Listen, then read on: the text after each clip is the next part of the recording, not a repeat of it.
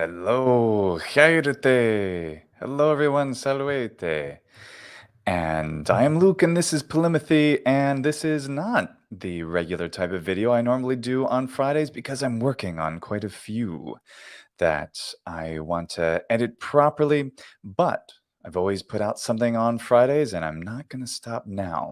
And there's actually a really important topic that I think is worth discussing, which is how on earth can we actually learn ancient Greek? People have asked me this in the comments a lot. So I thought I would make a little live stream and briefly go over some of these methods. Please feel free to ask questions here in the live stream and in the comments later, and I'll let you know what I think. So I have been studying ancient Greek actually about as long as I've been studying Latin, but my Latin is, of course, a lot better.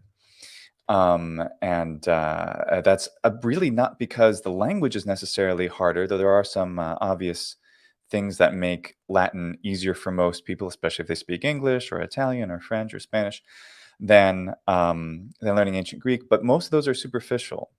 And really, the reason that ancient Greek is hard to learn is because they're just the materials out there aren't necessarily the best. So I wanted to talk about those things today. So first, let's compare it to one of the best way to learn.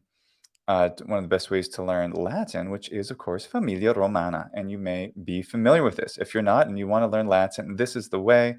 I have, of course, recorded the entire audio on my other channel, Scorpio Martianus. But what is so great about this book is that you only need it to learn the entire Latin language. Here, let me turn off those sidebar. There we go. It teaches everything through the pictures and the marginal notes through a map, and it starts with these wonderful, simple sentences. Rome in Italia est, Italia in Europa est, and so forth. There does not exist anything exactly like this for ancient Greek, which is the problem that a lot of us might have, because there are good, very good books out there, and I'll talk about some of them. So in the military, we say the bottom line up front. What is the bottom line up front? Since this does not exist in a truly complete form for ancient Greek, what can we do? And so you're asking a lot of good questions. I will get to those after I give the bottom line up front. So the bottom line up front is, this is how you should learn, in my opinion, ancient Greek, or this is, I think, a way that will work for the majority of people. I've been trying this out for the better part of a year. Use my Ancient Greek in Action series. This video series, and I'll look at a little bit of it right now. I have it kind of play in the background. Hopefully, by the way, looks like my video quality is pretty good here. Good, glad about that. So what this does is it teaches the entire basics of the grammar, quite a lot of it here. Let me do this. In the context entirely of the language, only using pictures, audio, and that's it. This is very similar to Aleph with Beth, which does this. This is similar to French in Action. Aleph and Beth teaching biblical Hebrew, of course. So this is where you should begin. Now, there are 12 of these videos so far. I haven't made any more in the past few months because I want to refine the method. But essentially, the idea was to get you to Athenaze, which is this book that is very well known, and we'll see why it's well known here.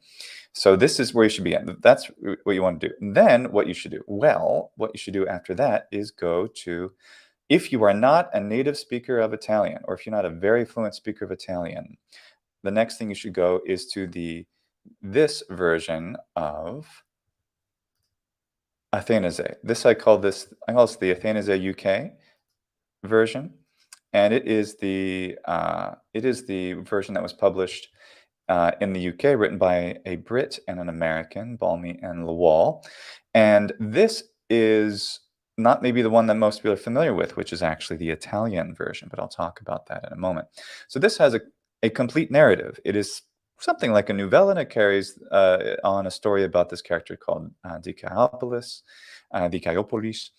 And so what it does is it gives you some basic vocabulary that you need to learn, right? So like estin means is, That's a good word to know. And then legi, that means says, speaks. And then it has this narrative.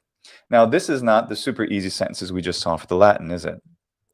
Brother, let me know how my audio is. Hopefully it's pretty clear. So the ho dikaiopolis Athenaeos estin, Wikidio dikaiopolis ukentais Athenae salantois agros. So Dikaiopolis is an Athenian, and he doesn't live in the city itself in Athens, but in the country, and so forth. So this is about it. But this is not immediately comprehensible like Familia Romana, which is somewhat to its detriment. But everything we need to know is glossed. These are glosses where we have a single word and then its equivalent in English here. This is way better than raw grammar translation. Learning languages by raw grammar translation, that is to say, you just learn about a grammatical concept like the possessive form, the genitive case, and then you learn how to do that and translate from Greek into English or whatever your native language is incredibly painful and boring. So this is better than that. It is, however, for the most part, very similar because it still explains these basic grammatical things. It's still a lot friendlier than a more painful pure grammar translation method, though. Now, that said, this is not as famous because there is another version which is called, what's still called Athenaze, and this is the version from Italy, published by Vivarium Novum. And this has all the same things. In fact, I'll go back to the beginning where I just was. And we see here that there's far more pictures. Things are introduced by marginal notes, very similar to Familia Romana, which is great. And this is, this is a kleros. So if you can tell that this is a house with fields, you learn that kleros is an estate or a partition of land, a farm. However, only half of the vocabulary is introduced in context, like mikros, small, makros, large or long, actually, because the rest is glossed in Italian. Now, the pictures make it very nice. O Dikaiopolis ton agron skapti, Dikaiopolis shovels or digs the field. So we can understand a lot from context, but we still need to know another language besides ancient Greek. We can't get it all from context. In this case, it's Italian. Now, most people in the world don't speak Italian; they speak English, of course.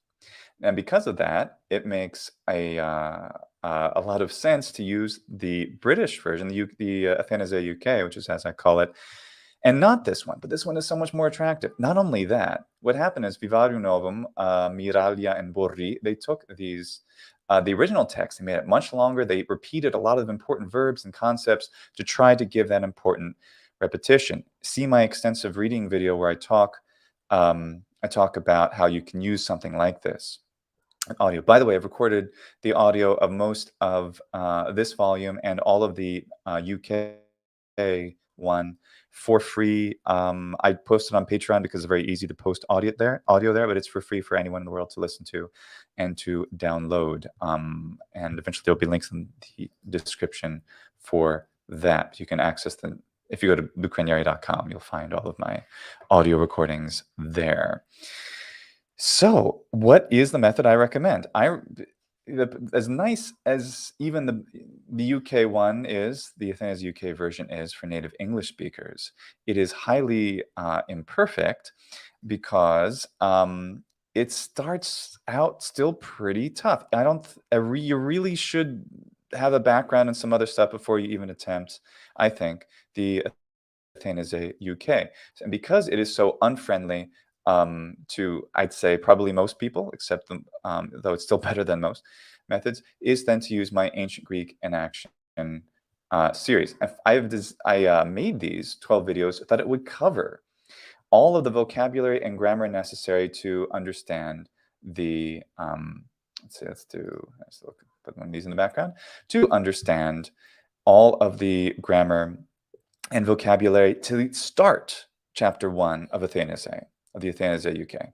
Here, I do all this in Ancient Greek, talking about here, this and that, and all these different things. Okalamos, the pen, right?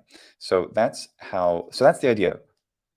Watch those 12 videos, then read the first chapter of Athenaze UK, then read the first chapter of Athenaze Italy, e così via, and so forth, and because then why would you use the Italy version at all? You would use the Italy version because, well, it's better. And why is it better? Because it has much more narrative in ancient Greek, and it has these pictures. So effectively, what you do is, like, before chapter 2, you will have learned basic grammatical concepts and vocabulary. Then you can come to the Italy version. You see the pictures. There are these glosses here, but if you don't know Italian, which few people do, obviously, and you can still use this, but you don't need this because you will already have learned this from the previous chapter. The 12 videos of ancient Greek in action so far are designed to prepare you for at least chapter 1. In fact, they prepare you for a good amount of chapter 2 and further.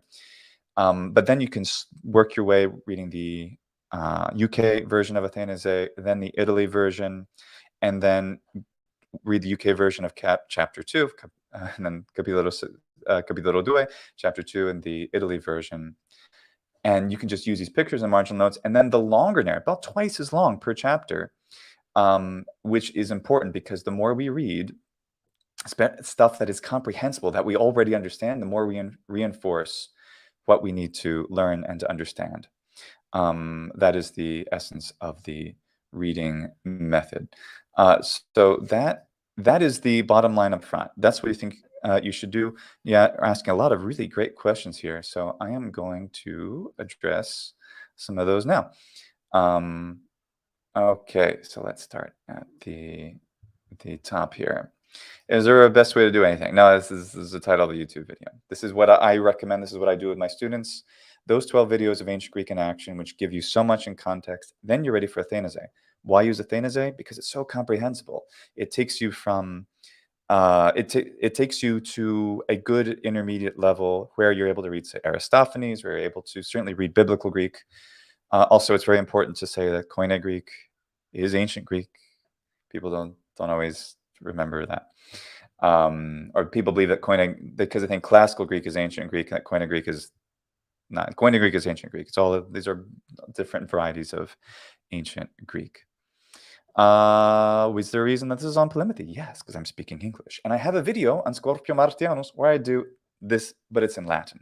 So you can go check that out. It's in my Ancient Greek through Latin series, which is another way to learn ancient Greek. If you already speak Latin, watch those videos. I don't. This is just what I usually do with my own students. So let's move on here. Boa tarde to you as well. I only just started going through Orberg and already being tempted by Athenaze. Yes, I would definitely get I think if you get a good handle on Latin, it'll just make it that much easier to get used to ancient Greek because so many of the concepts are transferable. But when you're ready, use at least the 12 videos. There's going to be more. I'm going to be continuing to make the Ancient Greek in Action series with videos that help you, that you can watch. Like, I'll designate, all right, watch these videos before you read chapter 2 and so forth, and before chapter 3 and 4, so that one can make a better and more comfortable use of Athenaze, more as a reader where you already know what all the vocabulary is, and that you get more enrichment rather than getting hit with the concepts. Let's see. And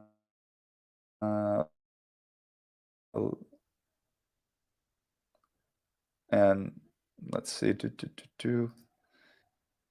Indeed. Well, not tonal, though. Tonal languages, ancient Greek is better understood as a pitch accent language, like Japanese, where there's simply two tones, a high and low.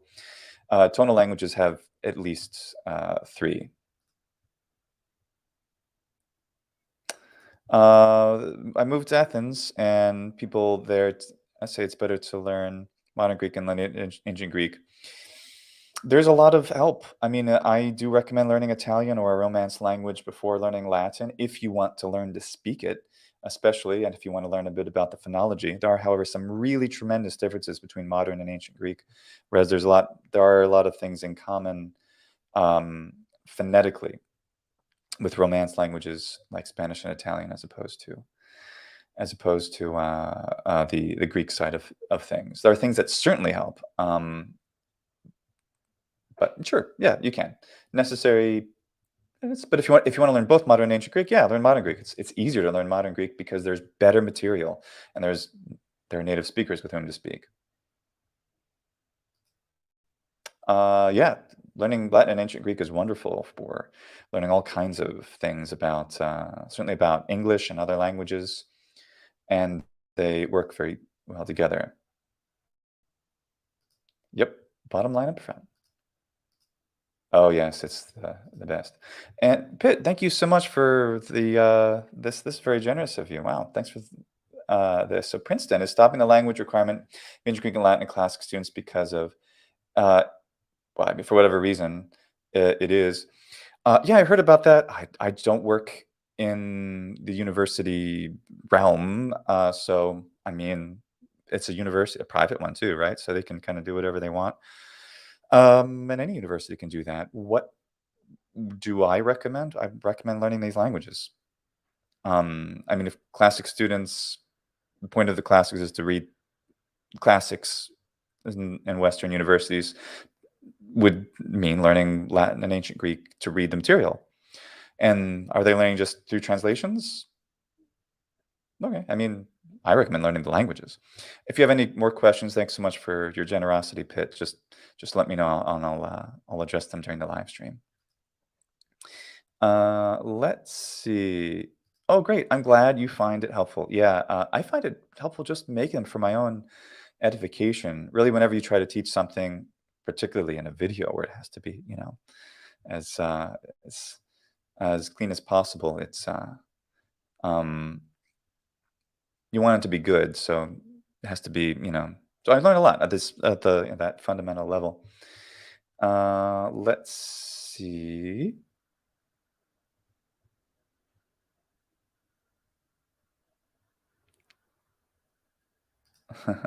Yeah.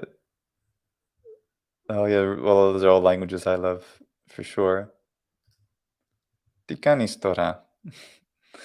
Um, Kala, I'm doing well.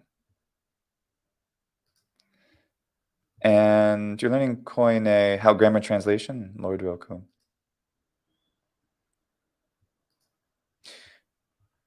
Well, yeah, you can enjoy the grammar translation method, but the result, which has been definitively demonstrated by, I mean, at least Stephen Krashen, but a number of other papers that I could point you to, is that grammar translation just teaches you how to translate. It doesn't actually give you language acquisition. That is, you don't become a fluent reader, certainly not a fluent speaker.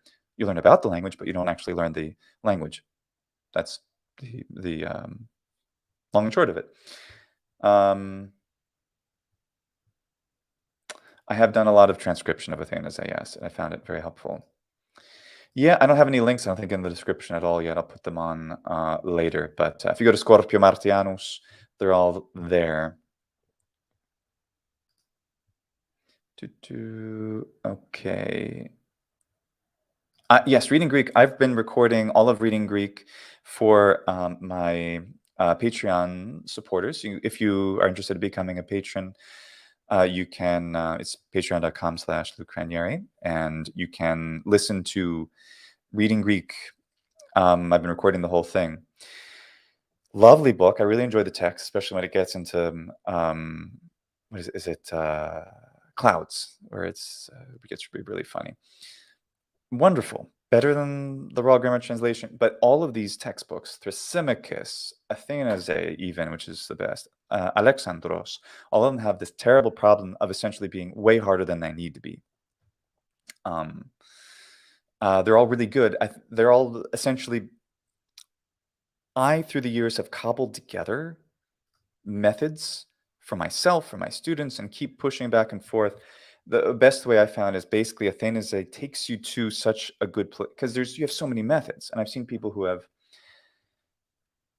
already frustrated by the plethora of materials for all old-fashioned. Though it's actually the more current past 2 centuries fashion, old-fashioned grammar translation, or other kinds of books like Athenaze, and all these methods that are out there for learning, whether it's biblical Greek, focused on the Koine dialect of biblical Greek, or if it's focused on a broader ancient Greek or specifically classical Greek, whatever, there's a lot of options out there, and none of them is really easy.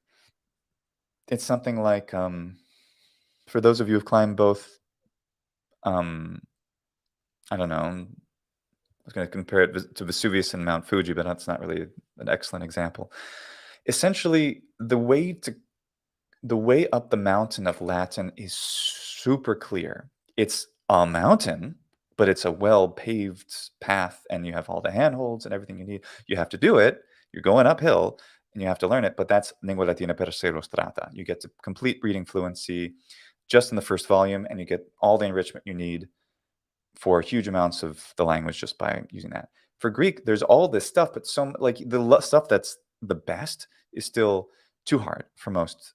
I'd say by far the most majority of people in the world, and even for the most people who would want to learn, they have to really struggle even using both of the Athenazes together, which works really well. I think those first 12 videos of ancient Greek in action are really, really important to just kind of ease a lot of people in. So at least because it's just that very beginning part. Um, if there existed for Latin only Familia Romana, that would be what most people need to get to a more advanced level. That would be their path. That would be more than enough. And that's what we have to get you to that level in ancient Greek is so much rockier. It's like you're jumping from boulder to boulder instead of walking up a path. That's how it feels. And not only myself, but other people are working on methods for improving that. We'll talk about that. So talk about reading Greek.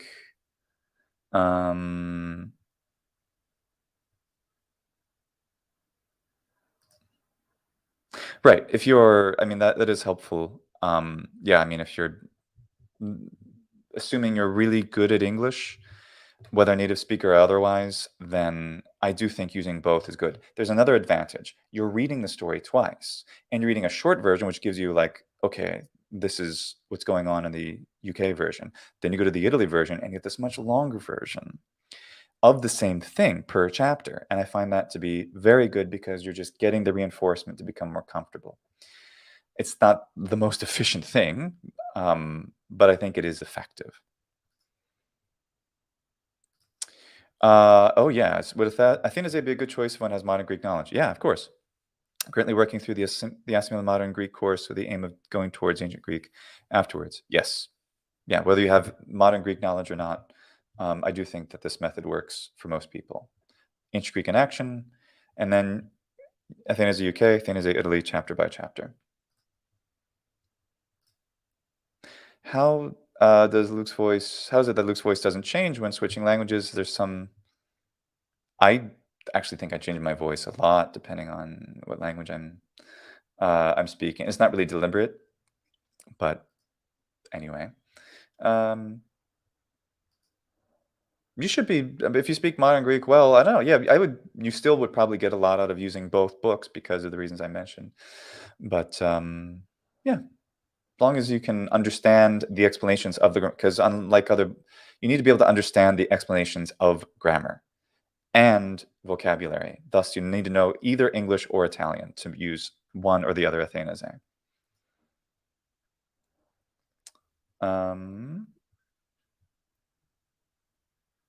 Let's see. What do you think about learning ancient Greek and Latin simultaneously? If you have the time, you could learn 12 languages at once. Some people don't have the time to learn a single language. Um, so I've studied multiple languages at the same time, and it was really great for me. I've also studied languages at the same time, and it wasn't great for me. So it's really, but that's really about how much free time you have to dedicate, and hopefully you have good methods and tools. There's so many methods and tools out there which are just not the best. Even Athenaze Italy is, even as a fluent Italian speaker, when I came to it, I found it just doesn't have the same kind of clarity, flow. It's not pedagogically nearly as well designed as Familia Romana, but literally nothing is. So there you go. Okay.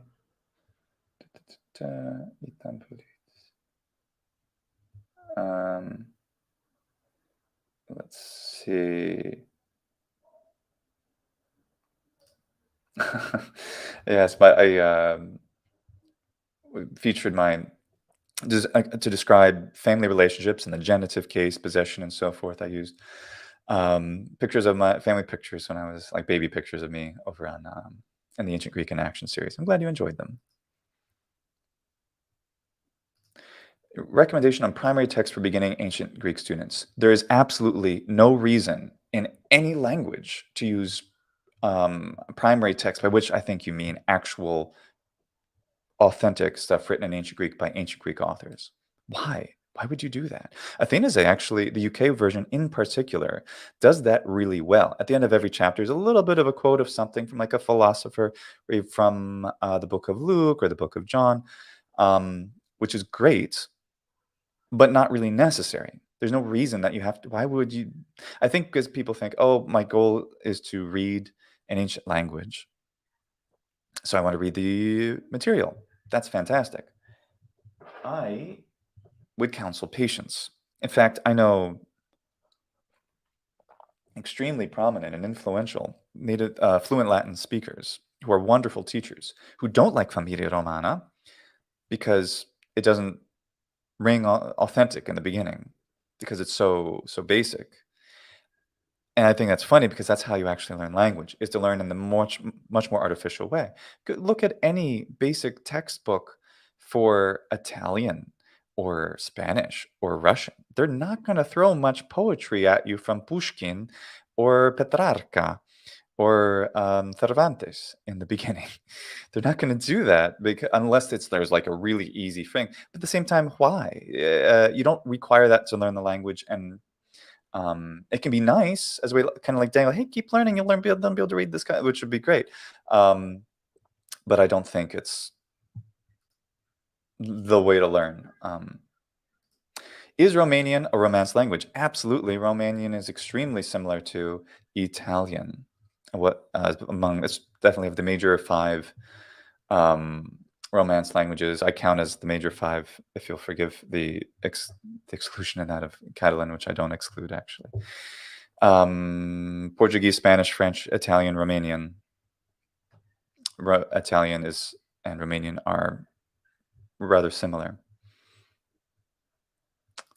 Learning Maltese before learning Arabic. I've heard of that. Thanks. Likewise. Nice Rick and Morty avatar. Yeah, not only they're hard, they're just not designed for learners. Why use them? I don't understand. You can. Salut, Galle. Hello from France. Isn't the problem of the Italian Athenaze the fact that both books, both volume 2, introduced so few vocabulary compared to... they introduce a lot of vocabulary. But Athenaze is equivalent to Familia Romana, not to Roma Eterna, because Roma Eterna is all, except for the first chapter, chapter 36. Familia Romana, or Roma Eterna is all the original authentic primary sources adapted as a graded reader. Whereas Athenaze, except for, depending on the chapter, there's some adapted from Herodotus, there's some adapted from Thucydides, some adapted from Aristophanes in the end. But for the most part, Athenaze is not really forcing primary sources on you that much. I think it does it more than necessary, but its goal is to teach you the language. Oh, right. That's true. Let's see. Hello, Aurora. Yes, I do. How to learn it, and that most of those are on my other channel, Scorpio Martianos. Go and subscribe there, and I have 400 videos on that channel. Go take a look.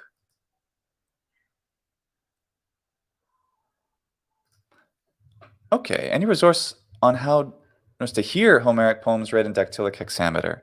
Yes, Podium Arts and Ioannis Stratakis, who is Greek. He does a very beautiful reconstructed classical ancient Greek pronunciation, and he's recited Homer there, and he has videos where he speaks in modern Greek, but with English subtitles explaining those basics. So that should help, I hope. Otherwise, Homeric is a pain for a number of reasons. Basically, because Homeric Greek is, of course, written like all ancient Greek, which is the standard way to write ancient Greek, based on Attic in the fashion of Koine with Byzantine orthography, and therefore the sound of the language is quite different. Okay. Yes, I think I've answered this right. So yeah, both. If you are not a native speaker of Italian, I think you should get both, um, because then you can use one, then the other. Craig, how you doing? I love learning the classical languages, Latin, Greek, Roman languages. Isa, Isakura, thank you very much. Kalispera to you as well. I have started to write a short novella in Latin, but I haven't gotten very far. The first chapter of it is on Scorpio Martianus. Actually, it's the prologus.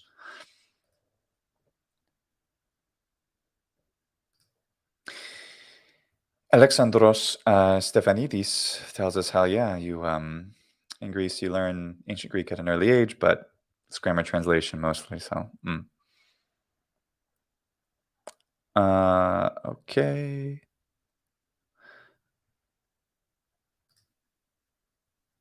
So how do you adopt a modern name? You could do all kinds of things in Latin. You could take the name as it is and add the kind of ending. You could do so many things you could do. But there are the vast majority of names do have a Latin equivalent, which already exists. Great, guys. Do you think more of the classics could and should be out there? Yeah, in movie theater. Sure, why not? It's a wonderful source of culture and great stories and myths.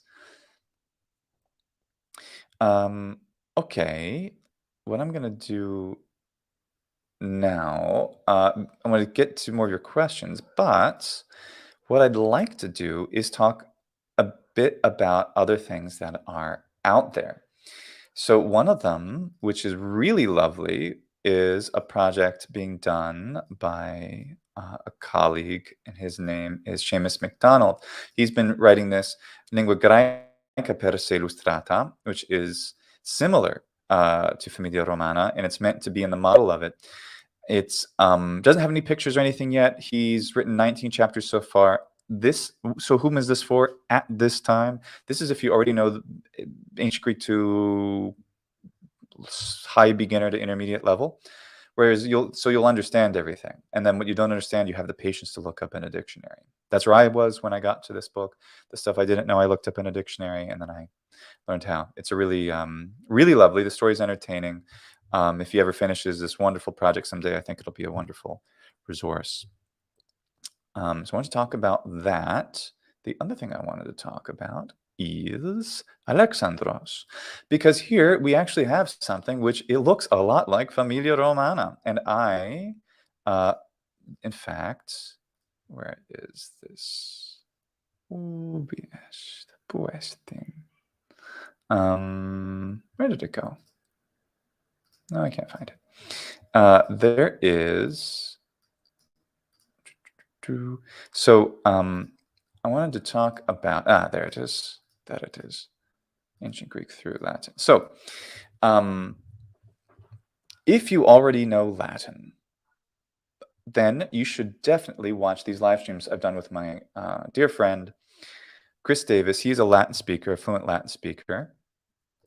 And in these live streams, we use the book Alexandros and its companion book, which is called Mythologica. And it's a reader, and it's very much in the model of Famiglia Romana. It doesn't have any words in it, except for the introduction, which is written in Latin and translated into Spanish. It doesn't have any English in it or any other language, just ancient Greek. So it seems like a lot like Famiglia Romana, which is really great. There's one significant problem, though, with it, which we'll take a look at now. The problem with Alexandros is it's not. It is absolutely not Familia Romana. Now, it's based off of A Greek Boy at Home by Rouse, which is a lovely but much harder textbook. I'm shorter reader, and you need, and it is a companion to a grammar translation book anyway. So, I mean, a wonderful reader, but so the attempt here, here's the introduction in Latin, which is pretty cool. Oh gosh, I'm sorry, I forgot his name. Avila, then Mario Diaz Avila. He took A Greek Boy at Home and simplified it greatly in order to try to make something like Familia Romana. Look, there's a map of Greece, and then there's the alphabet, but there's, we'll see the problem immediately with it. I mean, it depends on what your perspective is. If you're expecting Familia Romana, you're not going to get that. Doesn't mean this isn't valuable. I find this extremely valuable. That's why I've been using it in my live streams with Chris Davis, Ancient Greek through Latin. Subscribe to Scorpio Martianos, my other channel. And that is because we see Alexandros. I've also recorded this whole textbook on my from my Patreon supporters. Thanks, by the way, to all of you. So this so theonoma humin estin. Now onoma. Now this is assuming you can actually read the alphabet, which isn't really that easy necessarily for most people. So the alphabet is given in the beginning here, but there are no equivalents to Roman letters. So you have to find a way to learn the alphabet some way and how to pronounce it. And by the way, there's a lot of different ways to pronounce Ancient Greek. I, of course, recommend Lucian pronunciation, which along with Raphael Torrigiano worked on and put out just, like, I think at least hundreds of hours of material so far over the past year and a half since he and I developed that pronunciation system, which is rather intermediate between the more archaic and more modern pronunciations, which is why I think it's useful for most people. But, you know, whatever, this is de gustibus, right? Whatever you prefer. Anyway, so, like, how would you know how to pronounce it? You know, you might can come up with something. So, like this is super idiomatic. If you have this and you're the teacher in the classroom, you can make this dialogue happen. You can do this with your students. What's your name? What's your name? My name is Luke. And you do that, then the students get everything from context. My opinion is that this book is excellent in class, even in an ancient Greek only classroom, if the teacher knows ancient Greek really well. And then occasionally, as necessary, can explain a few things in the vernacular language, whether it's Spanish or English or Italian, whatever.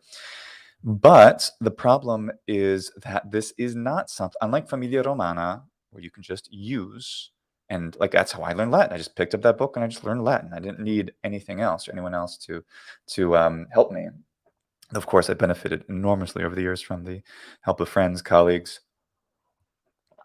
teachers who knew Latin, even though I'm essentially self-taught and just benefiting from other people's assistance.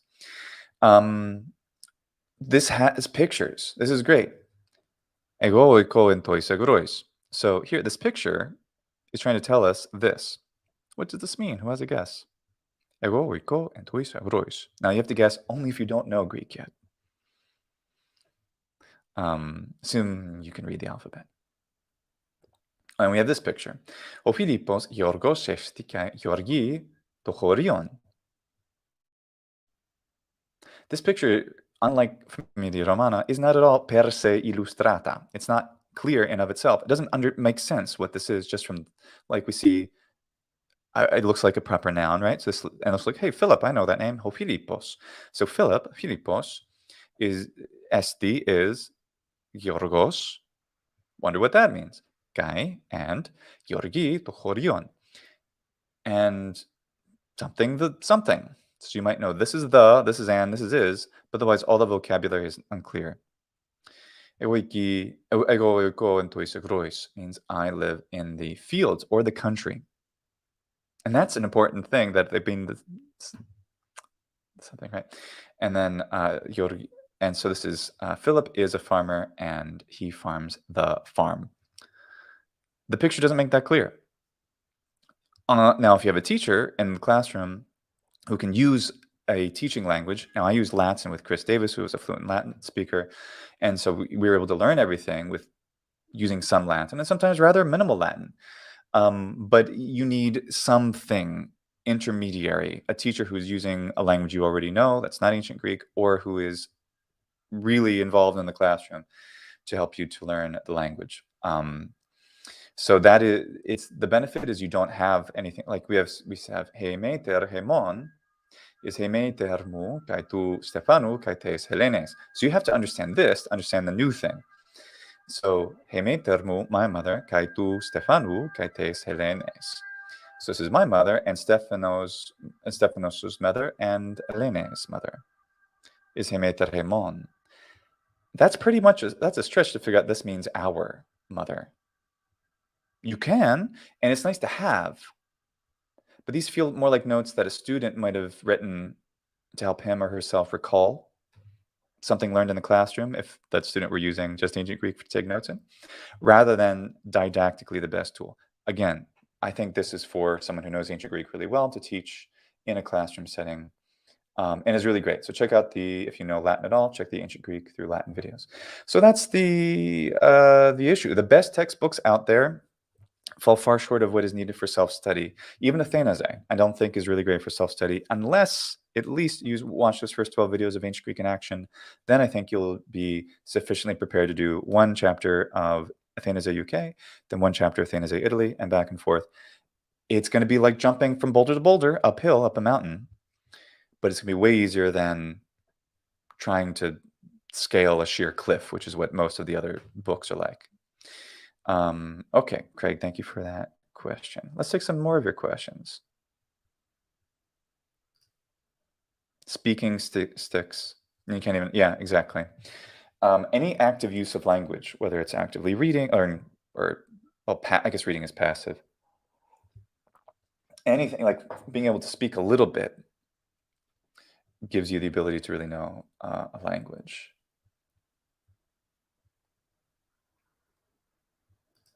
Oh, I'd love to hear Greco, or Greco as it's called, are dialects of modern Greek, descended from medieval Greek, which are spoken in Italy. And I haven't heard I've heard a little bit of them on YouTube, but I've never been there.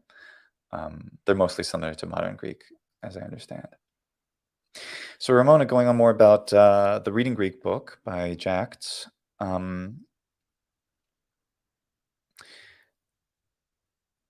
I think that reading Greek takes you pretty far. If you're comfortable and you're learning, great. Otherwise, use Athenaze. Athenaze is going to be way easier at first, and then it's just going to round out your learning experience. That's my opinion. I honestly don't think I know it terribly well, but that's because ancient Greek really, because of the tools out there, which aren't that great, there's several things. Latin is really consolidated as a dialect. Like Latin is just Latin. Latin is Latin, you learn Latin, you learn Latin. Ancient Greek never really had the same kind of standardization. Essentially, Attic is that standardization. Even Koine is really just Attic under a different name, the Common Attic. It's challenging because of that variety. There's a lot of synonyms, and also people know Latin really well. There aren't that many people who know ancient Greek as well as people know Latin, which means that the textbooks aren't as good either. This Alexandros book is really good, but it has mistakes that I catch. Especially accent things. Like there's a lot of orthography things, and the accents are really important, but anyway, that's my opinion. A Latin through Greek series. Yeah, so like I'd have to speak modern Greek or ancient Greek for that. I don't know. Sure, one day. I did a bit of acting and theater in high school and college, but just for fun. Hey, this is Chris Davis. Pernox, subscribe to his channel because it's amazing. And because he sings beautiful voice. And we've been using this Alexandros book together. And hold on, wait for it. Ancient Greek through Latin. Yeah, that's the one.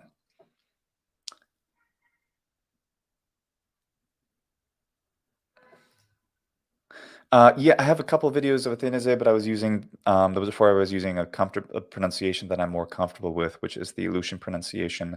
I have, however, recorded all of Athenaze Volume 1, UK, and the first half of the Italy version for free for everyone. I posted on Patreon because it's good for sharing audio. Check them out. Yeah. Oh, I forgot to mention Ancient Greek Alive. Ancient Greek Alive is a really nice book. It is a really nice book, Ancient Greek Alive. I do like that one, by the way. I'd say I have more of these. Um, there were these readers, these intermediate level things that I want to keep using to improve my own knowledge. But I really enjoy reading like Aristophanes and plays. Septuagint is pretty cool too.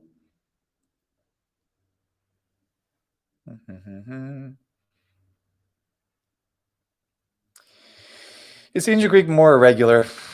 In a way, the third declension, so Latin has very clean fifth and fourth declensions. Greek just has an enormous third declension with about 27 different kinds. They're not, once, there is the appearance of more variety of ancient Greek, but once you get used to what's going on, the categories start to fill in. But that's why, of course, oh yeah, I made something to help with this. If you go to lucranieri.com, you will go to my audiobook store. And then if you are interested, I do recommend either Latin by the Ranieri-Dowling method or Ancient Greek by the Ranieri-Dowling method. So here I took all of the things you need to memorize for Ancient Greek and put them in a spreadsheet, which if you were to buy this, you would then download it. And then I have the audio recitation of all of them. So you can learn by listening, by reading, by transcribing, and keep track and try to do as many of them as you can before tackling something like Athenaze. Yeah, Byzantine Greek is secondly medieval Greek. Most Byzantine Greek, though, is written in a Koine Attic style, so it's all overlapping. I do recommend Horic's book, which talks about this in more detail.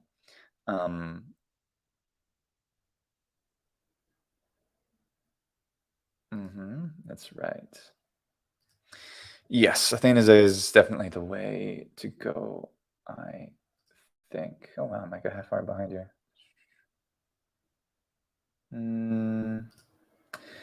Yes, it is. I think it was Emperor Claudius who wrote that. Salve Alexi, nos internos videbimus die solis. Efkaristo. Yes, absolutely. I'm behind in them. I'm looking at the methods, but they're going to help to continue to guide people through Athenaze. You can also just not use them. You just use my videos, and I think that'd be enough to learn a lot. But it's nice to have something to help go along with something like Athenaze.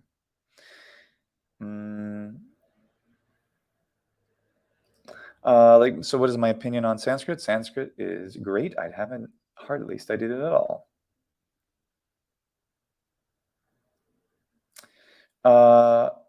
Yes. My Modern Greek is very poor, though. Just wait.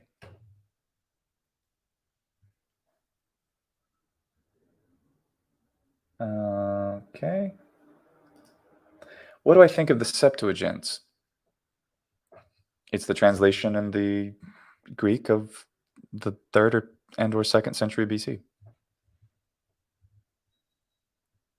I'm not sure what the question is. It's great. I've enjoyed reading it.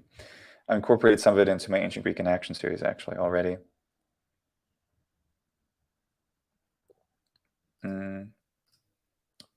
Buonasera.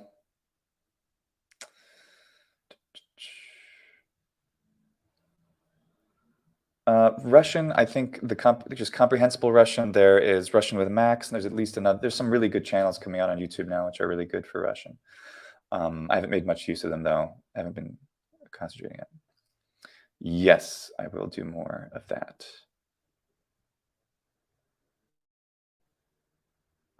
We think of Arabic dialects. Oh, yeah, yeah. Well, see my language versus dialect video. I think I answered that there. Thanks, Aurora. Appreciate it.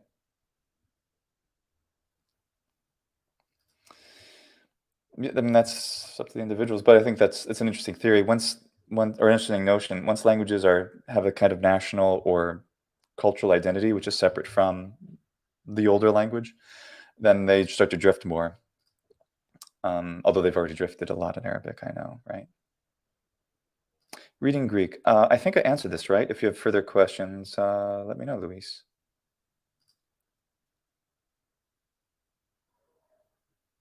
I would love to learn Arabic. I don't have a good approach except maybe using Asimil, which I tried a bit of. Actually, I have here notes I took. I see this a year ago when I started to learn Arabic, and then I didn't go any further. I just was transcribing some of the stuff from Asimil.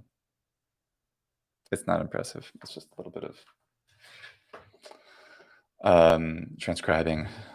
I thought I needed Arabic, then I didn't, so I went back to Latin and Greek stuff.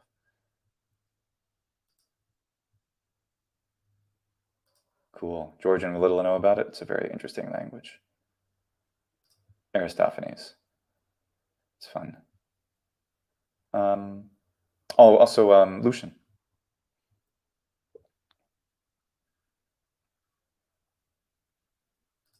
You'll remember. I do actually. Yes, we're going to, once we finish Alexandros and Mythologica, we're definitely going to do more. Yeah, as much as he wants to do. He's been wonderful and super helpful to a lot of people by being the student, the model student, literally the model student. Salve. Wonderful. Hey, subscribe to Ion Academy. I have a video I'm going to be doing about Ion Academy pretty soon here, but talk about wonderful, comprehensible input, books similar to Familia Romana for Italian, English, Spanish, French. It's wonderful. Definitely check out and subscribe to Ion Academy. In Greek, so the partitive genitive, normally I was just reading about this today. Partitive genitive, normally it's placed after the noun, but that's not that, significant of a difference. In Latin, for example, there's no really way to tell it. It just sort of is. I wouldn't worry that much about it. If just reading, writing is a different thing. Hola, Daniela. You wish there more grammar translate? Well, it depends if you want to translate, then great, translate. I want to read fluently. Lucian and Aristophanes are currently my favorites. All right, Yusuf. So what do you think about the text with literal interlinear translation? They seem to render that which is incomprehensible comprehensible in an indirect way. Oh yeah, and I've seen some really good interlinear stuff for Greek as well, which is really they're really cool. Some old ones. I think it's great because you get to keep the syntax and you just can, like, with a short little eye movement, get the word. Ideally, you already have a fluency level, but anything's better than raw translation. So I love interlinear stuff. It's very, very good. Sorry, my voice is a little weak today. Hey, Graf. It is what it is. Yes, it is. Okay, where are we? Hey, I'm almost caught up. Okay, Lucien Hortos, yeah. Those books are okay. I prefer Familia Romana. I'm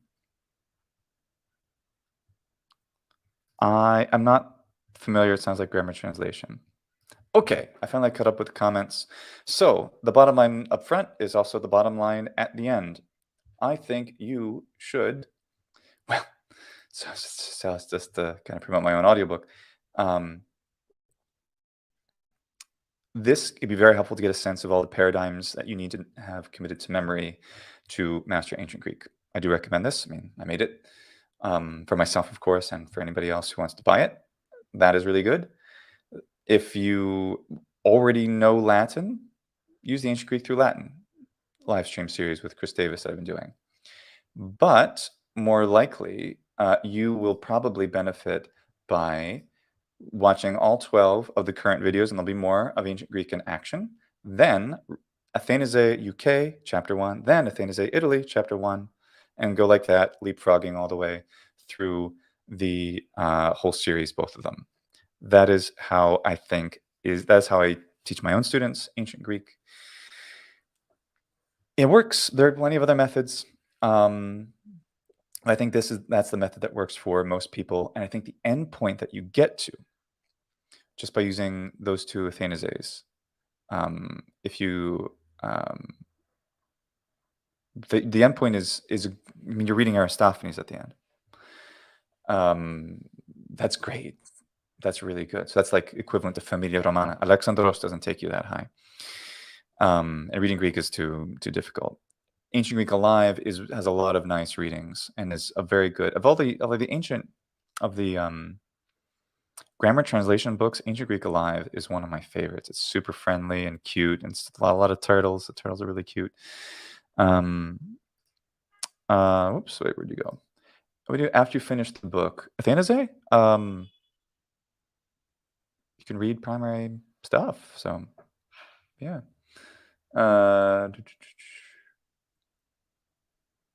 Oh yeah, the polis. I forgot polis was one I wouldn't talk about. Polis, not great for self-study. You need someone who knows ancient Greek to teach it to you, or you already know ancient Greek enough to teach yourself the stuff that's in there. You can use a dictionary or something like that. I've been recording all of Assimile le Grec Ancien for my Patreon supporters. Yeah, my comment is that it's great. Like it's like any other Assimile course for the most part. If you like Assimile type courses, I certainly have gotten a lot out of it.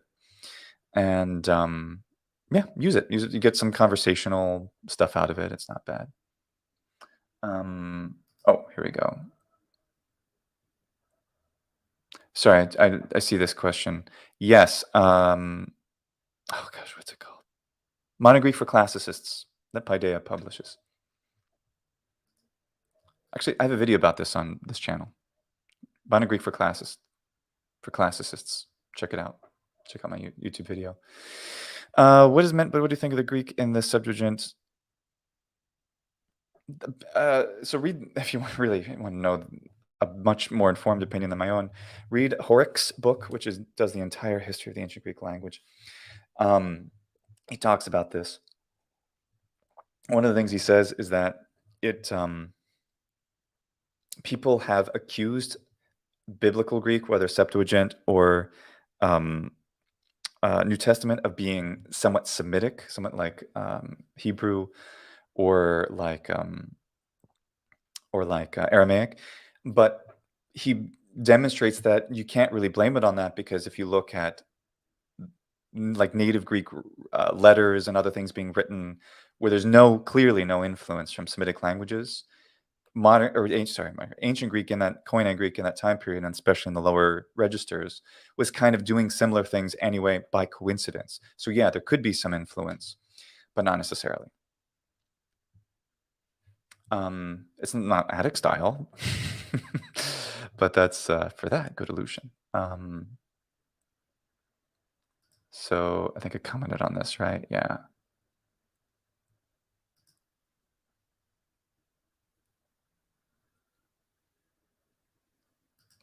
Polis, I think you need a teacher. Same with Alexandros, you need a teacher. These are all great books.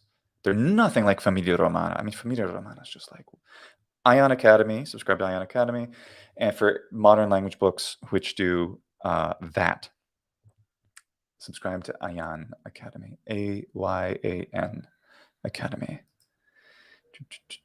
Oh my, I'm behind on. There were no comments. Now I'm way behind on comments. Yeah, Alexandros is way harder. Thank you for asking this question. I'm happy to repeat it. Koine Greek is a form of ancient Greek. Classical Greek is another form of ancient Greek. Homeric Greek is another form of ancient Greek. They all have in common the same basic grammar and vocabulary. And they're considered to be distinct from modern Greek. I think Amazon should have most of them, if not.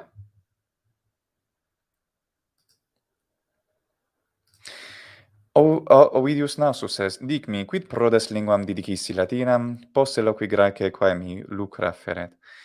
So why you're saying Latin, of course, wonderful Latin, nice to read it. Why should I learn Latin? Do you mean in order to access Greek? Yeah, if you can get good enough materials, you don't need to use Latin as an intermediary. I like to. I'm kind of immersing myself in the ancient Roman world that way. The Lingua Latina series is identical wherever you buy it from, except that some of the books in the Italy version, they're bound together in the Latine Disco, like the Colloquia Personarum, and there's an Enchiridion, a manual, which is in there. And what else? Yeah, and the Exarchitia are all in that one book. I think it's more convenient, actually, the Italy stuff, but you get all the stuff from Focus Publishing if you're in North America, or Cultura Classica, or Latine Disco, or wherever you're buying the Lingua Latina series. Okay, my voice is getting tired, so I'll take a couple more here. Yeah, we use Athenaze. You'll be able to access them.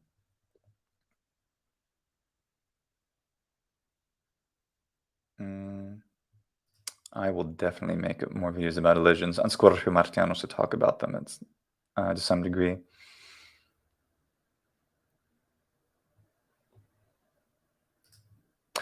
You don't like the Lingua Latina method?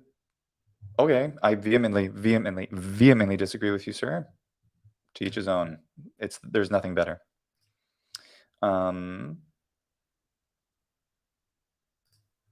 I have a video about pitch accent for my Patreon supporters, though. Let's see. Well, let's see. Put that up there. Look at these others. Okay, well, I am going to end here, everyone. If you have other questions I didn't answer, please leave a comment and I'll try to get to it as soon as I can. Thanks so much for being here. I hope this was helpful. Use Ancient Greek in action. Athenaze UK Chapter 1, Athenaze Italy Chapter 1, so forth, leapfrogging back and forth. And any of these other resources if you like them. But that's what I use with my students. Thanks so much. Χαίρετε.